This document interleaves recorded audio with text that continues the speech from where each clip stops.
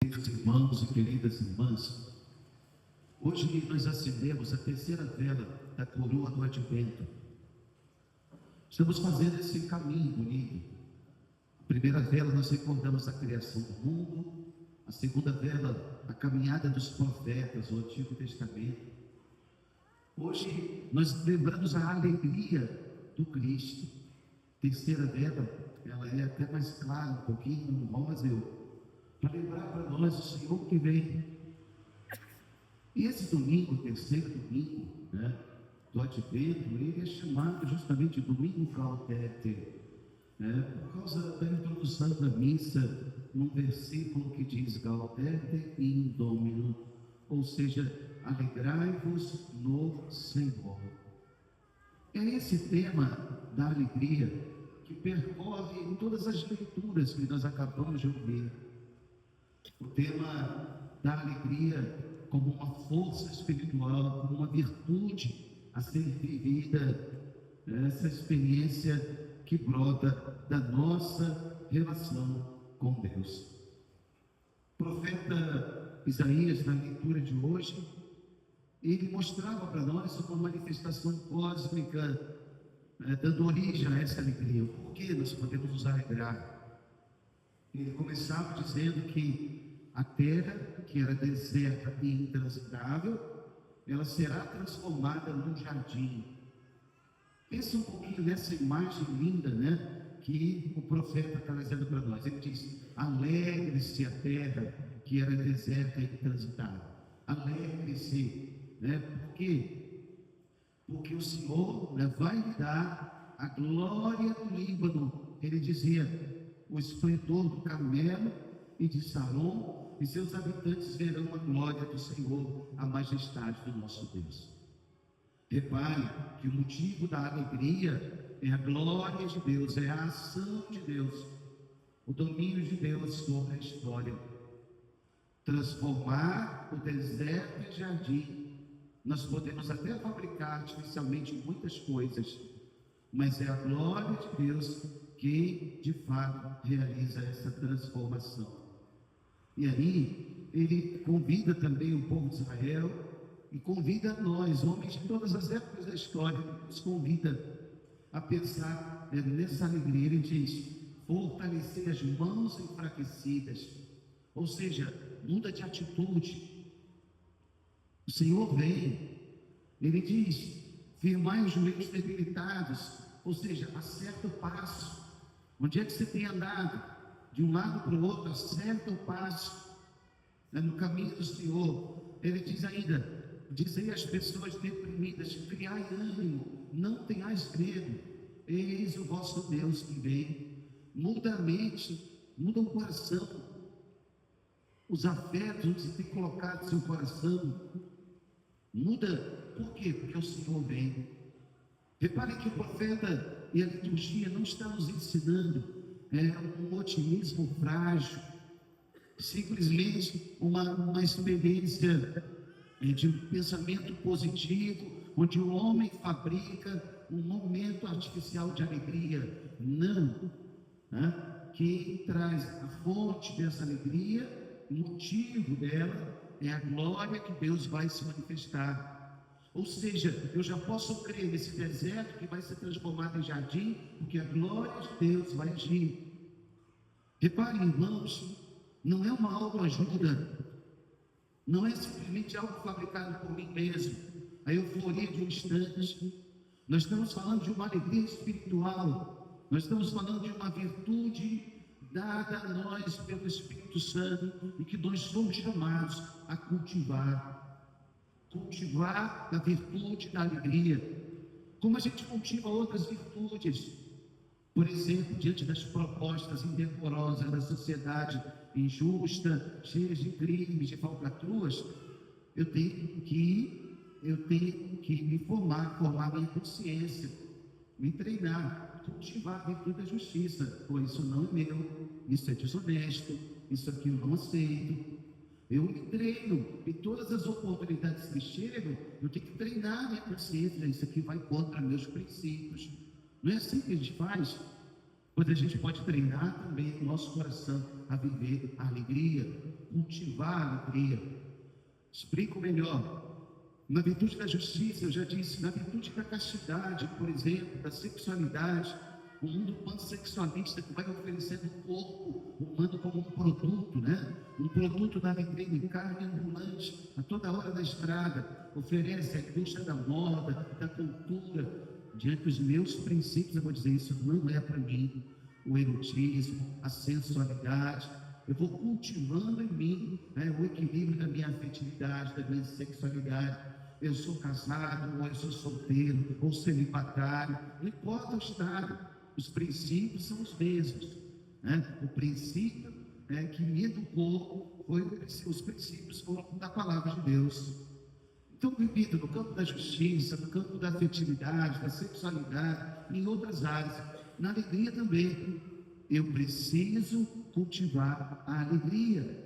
Como assim, padre? O que você quer dizer com isso? Que não vai ter momentos tristes? Vai! A vida está cheia de momentos tristes que chegam até nós, né? Mas a escolha é minha, a escolha de entrar na tristeza, no vitimismo, no coitadismo, né? Ninguém teve pena de mim, o meu problema é maior que o seu, coitadinho de mim, e fica ali na murmuração, na reclamação. Não sei se você conhece alguém que tem essa doença, a doença da murmuração, né? Está sempre procurando um defeito, procurando algo para criticar, algo que está ruim, sabe? Às vezes tem tanta coisa boa e não valoriza, está sempre olhando para o pior das situações. É uma doença na alma que vai ocasionando a doença da tristeza. Nós somos chamados a cultivar a alegria. Repito, não por uma autoajuda, simplesmente um otimismo vazio, sem sentido. Não, por uma certeza espiritual. Bem, querido, escuta, eu quero dizer para você nessa manhã. A certeza espiritual que rege a sua vida é que Deus, o Criador do céu e da terra, Ele é seu Pai. E Ele é bom, Ele é perfeito e Ele é justo. Mas, padre, as circunstâncias são ruins, sim, mas elas vão passar. E Deus continua, meu Pai. Ah, padre, mas eu errei e não sei o quê, e eu não fiz o que eu devia fazer. Ok, então se levanta, lembra, Deus é teu Pai. E Ele vai te ajudar a seguir adiante. Cultivar a alegria é lembrar uma convicção profunda das verdades espirituais que sustentam a nossa vida. E aí, irmãos, nós estamos combatendo a doença da tristeza, a doença da amargura, né? A doença que vão trazer, essas doenças que vão trazendo para a nossa alma uma vida realmente triste. Pois aqui a leitura de hoje lembrava para nós, não criai ânimo, não tenhas medo. Vede, é o vosso Deus, é a vingança que vem, é a recompensa de Deus, é Ele que vem para nos salvar. Quando o profeta está falando isso, irmãos, olha aqui, ele está falando, olha, da vingança de Deus. A vingança de Deus é o amor. A palavra, talvez, para nós soe como pagar com a mesma moeda. Deus não faz assim. A nossa infidelidade, Deus responde com amor, com misericórdia. Rompemos e quebramos a aliança. Ele não desistiu de nós. Não sei se estou sendo claro no que eu estou dizendo, querido, mas presta atenção. Deus está falando para nós, criai ânimo, não tenhas medo, eis o vosso Deus que vem. Isaías está escrevendo isso mais ou menos 700 anos antes de Cristo. Imagina o povo, depois do horror, foi o exílio da Babilônia, aquele templo destruído, as casas, as famílias dispersas. Parecia a esperança de ir embora. Foi embora, fechou a porta e não pediu licença. Parecia que não tinha mais solução. E Deus vai dizendo, criai ânimo, não tenhais medo, eis a vingança do vosso Deus, é o vosso Deus que vem. Deus se vinga amando, Deus se vinga dando o melhor dele para nós, Deus se vinga não desistindo de nós. E aí, esse é o motivo da alegria. Não é a euforia de um instante, não é uma circunstância favorável. Gente, hoje eu estou muito alegre, efusivamente, soltando fogos. Aí passou aquele momento, hoje eu estou triste, abatido, e não sei o quê. Não é a euforia de um momento, é a certeza espiritual da proximidade de Deus. da ação do Espírito dele em nós, do favor dele em nosso benefício. É isso que deve mover o nosso coração a cultivar a alegria. E olha, repito, às vezes essa doença da tristeza tem que ser curada em nós e em pessoas à nossa volta. Pessoas negativas, pessoas que ficam aí trazendo só o pior da situação, né? A coisa vai de forma contagiosa, arrancando o pior das situações. Às vezes você está num grupo que você sai até pior dali, tá? Opa! E a gente tem que pedir a blindagem espiritual, dizer: Deus, eu não quero ser contaminado com isso. As circunstâncias são adversas, tristes, difíceis, eu sei, mas o Senhor é meu Pai. E a tua palavra diz: se Deus é por nós, quem será contra nós? A tua palavra diz que tudo concorre para o bem daqueles que amam a Deus. E eu te amo, Senhor. Vai concorrer para o meu bem. O que eu preciso aprender com isso? Então, repare, cultivar a alegria não é só trazer e mudar as circunstâncias. Cultivar a alegria é trazer certezas e convicções profundas da verdade de Deus sobre nós e sobre o nosso destino. Isso é que move o nosso coração à alegria. Aqui, na leitura de hoje também, o salmista então lembrava para nós: o Senhor é fiel para sempre. Mesmo quando eu sou infiel, mesmo quando eu erro, mesmo quando eu vivo na indiferença, eu lembro que Deus existe. Ele continua fiel. O Senhor é fiel para sempre. Faz justiça aos que são oprimidos. Quanta injustiça no mundo de hoje, hein? Em todas as instâncias da sociedade. Deus está vendo, querido. Tenha calma. Deus está vendo. E é Ele que vai agir. A nós cabe a oração, não o julgamento. A nós cabe a oração. A palavra diz que Ele dá alimento aos famintos. E é o Senhor quem liberta os cativos. Abre os olhos aos cegos, faz erguer-se o caído, ama aquele que é justo e protege a viúva e o estrangeiro. Ampara a viúva e o órfão e confunde os caminhos dos maus. E Ele reinará para sempre. Repare que a palavra de Deus vai deixando certezas no nosso coração. Eu posso escolher não confiar na palavra de Deus. Eu posso, quem sabe, numa vaidade soberba pessoal, dizer: não, o mundo é fruto do acaso, né? O mundo é simplesmente fruto do acaso, não foi criado por ninguém. A minha vida também, né? É tudo matéria. Eu sou uma amontoada de células, ou seja, a vida não tem sentido. O niilismo prega isso: acabou, esse mundo é o nada. Não, a minha inteligência me diz outra coisa. A minha inteligência me faz olhar para a obra e pensar no artista. A minha inteligência me faz pensar nessa inteligência criadora que ordenou todo o universo, que criou todas as coisas. E a palavra confirma isso. Ele criou do nada, porque Ele é todo poderoso. A segunda leitura, São Tiago exortava os cristãos na primeira hora, diante também das condições adversas do seu tempo, o Império Romano matando a tantos, a experiência da idolatria, do paganismo no mundo grego, a cultura, o teatro grego, a tragédia e tantas outras situações de paganismo que iam entrando no comércio, na vida do povo que estava ali nascendo, os cristãos que estavam começando sua caminhada. São Tiago escreve essa carta dizendo: ei, irmãos, ficai firmes até a vinda do Senhor. Ei, ficai firmes.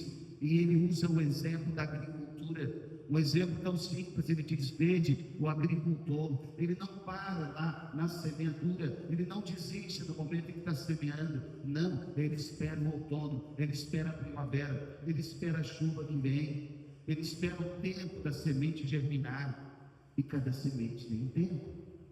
Então ele diz: ficai firmes até a vinda do Senhor e fortalecei os vossos corações, porque a vinda do Senhor está próxima. Repare, queridos, aqui uma palavra de exortação de Deus para nós. E a gente vai tentando cuidar da saúde, né? Da forma que pode, com a medicina, com o tratamento, com a musculação, com a experiência da educação física, com tantas outras formas de cuidar bem do corpo. Que maravilha isso! Mas olha, fortalece também o coração. Você não é só uma embalagem, uma casca. O apóstolo está dizendo para nós isso, né? Ele está dizendo: fortalecer os vossos corações. Como é, padre? Procurando bom cardiologista também, né? Também, evitando alimentos ruins também, evitando estresse também, a gente já sabe, né? A profilaxia, qual que é? Mas não é disso que ele está falando. Ele está falando do centro da tua consciência. Fortalece os teus princípios, fortalece as tuas raízes, fortalece o lugar das tuas decisões, fortalecer o coração, é isso. É pautar a vida no querer de Deus. O que Deus quer, eu quero. O que Deus tem é o melhor para mim. A vontade dele é soberana. Por isso o apóstolo está dizendo: olha, as circunstâncias são adversas, mas o Senhor é fiel para sempre. Eis que o juiz já está às portas, termina a carta de São Tiago. E, irmãos, isso tem que ser para nós motivo de alegria mesmo, alegria espiritual, convicção profunda, certeza do agir de Deus. É esse o motivo da alegria. Quantas vezes, irmãos, na minha experiência de padre, nesses anos todos, eu já cheguei às vezes na cama, no leito de um hospital, de uma UTI, encontrar uma pessoa nas últimas e sorrindo ali, né? Então, de vir aquele sorriso da perspectiva médica de uma melhora? Não, da certeza da presença de Deus. E você pergunta para aquela pessoa: mas que alegria, eu saio daqui melhor porque encontrei o seu sorriso. E a pessoa diz: Deus está aqui e eu estou como Deus quer. É isso. Eu gostaria de tantas coisas, mas Deus permitiu e quis isso. Eu estou aqui como Deus quer, e isso basta. E tantas outras situações. A pessoa recebeu aquele diagnóstico, e aos olhos humanos um diagnóstico horrível, triste, mas a pessoa fala: glória a Deus por isso, né? Glória a Deus, se Deus permitiu isso, deve ser para a minha santificação. Então, glória a Deus, eu vou me alegrar de sempre no Senhor. A fé vai abrindo caminhos assim. Repare, não é um otimismo barato, vendido na banca da vida, não. É uma convicção profunda de que a nossa vida está nas mãos do Criador. Certeza profunda, convicção espiritual, que ninguém pode roubar de nós. Ninguém. E aí, irmãos, termina a última leitura de hoje, nesse domingo da alegria. Vamos percorrendo o ciclo da história, na beleza dessa coroa do advento, né? Percorrendo o ciclo da história. Jesus veio, mas Jesus voltará.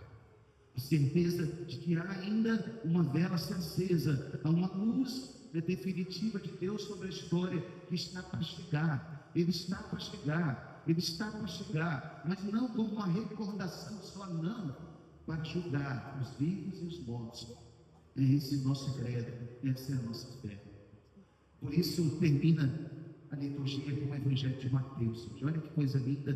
Pega o folheto da missa, por favor. Olha a pergunta que João Batista manda fazer para Jesus, aos discípulos dele, para fazer para Jesus. Olha lá, versículo 3. És tu aquele que há de vir, ou devemos esperar um outro? Acharam aí? Pega o folheto, vai lá, sem preguiça, por favor, vai, pega aí. Olha lá, naquele tempo João estava na prisão. Onde ele estava? Na prisão.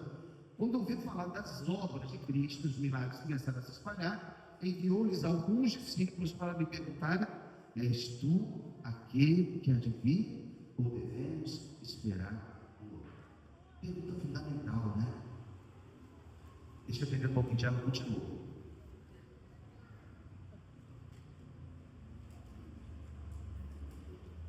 Olha bem, a pergunta que João Batista está fazendo, uma pergunta que nós já temos certeza pela história. Jesus já veio, ele voltará. Mas entenda bem, ao longo da história, sobretudo nos últimos 4 séculos, alguns homens tentaram responder diferente a essa pergunta. Para mim e para você, já temos fé, vamos dizer, claro, o Senhor que viria, as obras são dele. É ele o Messias que nós esperávamos. É ele que o Isaías profetizou, o Emanuel. Claro a resposta. É isso tudo claro. Não é para todo mundo. Há um autor que escreveu um livro dizendo: o óbvio não precisa ser dito, né? Nós precisamos evangelizar por isso. Nem todo mundo sabe que Jesus é esse que devia vir, que os profetas anunciaram. E nós precisamos continuar anunciando. Mas mais ainda, alguns tentaram negar esse Jesus, dizendo: epa, não é o Senhor, ele, Jesus. Não, você é só um homem iluminado. Somos nós, a humanidade. Isso aconteceu. Século XVI, perdão, século XVII, século XVIII, século XIX. Olha os movimentos todos que surgiram nesses séculos da história. O movimento racionalista, o renascimento, né? O homem é o centro do mundo. Com toda a contribuição, tá, gente? Não estou ligando isso aqui, não. Com toda a contribuição que trouxeram. Mas no fundo é sempre a ideia: o homem é o centro do mundo. Assim foi o racionalismo, foi o movimento renascentista, foi o iluminismo, e daí por diante. Os princípios eram até bons, né? Como não falar que fraternidade é uma coisa boa? Como não falar, né, que todos aqueles princípios que eles negaram, de liberdade, de igualdade, claro, coisas maravilhosas, mas sem Deus. Deus fica de fora. A religião, no outro momento. Até chegarmos ao século XX com a negação de Deus. Deus morreu. Olha o movimento nihilista. Deus morreu, nós não precisamos dele. Que história é essa? Deus não existe. Ou o movimento agnóstico, por exemplo, né? Tão chique dizer: eu sou agnóstico, né? Ou seja, sou eu o centro do mundo. Se Deus existe ou não existe, não interessa. Não modifica em nada a minha vida. Reparem a soberba humana que o povo vai se colocando, né? Meu irmão, minha irmã, eu e você, nós não podemos prolongar nem um dia, nem uma hora da nossa vida. A gente não é dono de nada. Cada célula do nosso corpo foi pensada por alguém mais inteligente, o Senhor, do céu e da terra. E assim, viemos a esse mundo por vontade dele, e deixaremos esse mundo por vontade dele. Mas reparem como esses movimentos orgulhosos, soberbos, autossuficientes, né? E eles estão contaminando a cultura do século XXI, mais ainda agora, com as tecnologias. Saímos do analógico, estamos no digital, agora com a inteligência artificial, e a gente vai se sentindo, se achando, né? E claro que as tecnologias são importantes, maravilhosas. Essa moça está filmando aqui essa menina, daqui a pouco ela vai estar no YouTube. Que maravilha! Outras pessoas que não estão aqui vão poder assistir. Maravilhoso! Mas não é disso que eu estou falando. Não é da contribuição que o homem pode dar. É o lugar que ele tenta roubar, e é o lugar de Deus. Catarina de Sena, santa, mística, maravilhosa. Santa Catarina dizia que o soberbo é um ladrão, que ele rouba a glória que é de Deus. O homem ao longo da história tem feito isso. És tu aquele que adivinha o que devemos esperar pelo outro? Não, não és tu. Não és tu. Esse messianismo que você trouxe não é esse. O perdão, da paz, de deixar o pecado, de vida nova. Não interessa para nós, né? Interessa esse que nós estamos construindo. É o homem, o centro deste universo. Eu não sei se eu estou sendo claro o que eu quero te dizer nessa manhã. Presta atenção no que o Espírito está nos movendo nessa inspiração da palavra de hoje, com a liturgia da igreja. Nós estamos às portas do Natal, mais um Natal. E a pergunta que fazemos é essa: será Natal mesmo do Cristo? Ou será só uma comemoração pagã de 25 de dezembro? É só comida e bebida, roupa nova, casa iluminada? Ou tem mudança de atitude? Sim, a conversão do sair do meu egoísmo, sabe? De quem sabe organizar a mesa cheia de coisas gostosas, mas não com desperdício. Aquilo que sobrava e caía da mesa, ou jogava no lixo, não vou jogar. Eu vou preparar e doar para alguém, ajudar o outro. Vou me antecipar. Alguém dessa noite não tem uma coisa para comer, eu vou me antecipar. Repare, conversão é uma coisa desconfortável, mas sei, para todos nós. Sair do comodismo, da cadeira confortável, do egoísmo, é difícil. Mas sem isso que a gente, desculpa te dizer, não tem Natal de Jesus Cristo, não tem nascimento, não tem festa do Natal. Os pagãos também celebram 25 de dezembro, mas celebram como pagãos. Eu e você não. Nós sabemos muito bem porque comemos um panetone, né? Não somos só comedores de panetone. Nós celebramos, o motivo da nossa festa é outro, é o Senhor que vem até nós. Hoje eu queria que você levasse na sua casa uma palavra, a palavra alegria. você vai sair daqui com esse compromisso de ser, no meio que você vive, alguém que vai cultivar alegria, alegria. E se alguém te perguntar diante de uma circunstância adversa, você já sabe a resposta. Porque a minha alegria não vem das circunstâncias, ela vem da fidelidade, da presença de Deus, da certeza da presença de Deus. A alegria do Senhor seja a vossa força. É assim o livro de Esdras nos traz de forma tão bonita na reconstrução do povo de Israel. A alegria do Senhor seja a vossa força. Ou, se quiser, São Paulo, alegrai-vos sempre no Senhor. Paulo repete isso muitas vezes aos filipenses. Alegrai-vos sempre no Senhor. Repito, alegrai-vos no Senhor. No Senhor. Se a tua alegria está nele, ele dará o que pediu ao teu coração. Diz o salmista. Tenha certeza disso. Vamos continuar a missa de hoje com essa palavra e lembrando dessa vela que foi acesa, iluminando mais um trecho do nosso caminho. Que Nossa Senhora e São José, a caminho do presépio, nos ajude também nessa espera do Senhor. Em nome do Pai, do Filho e do Espírito Santo. Amém. Grito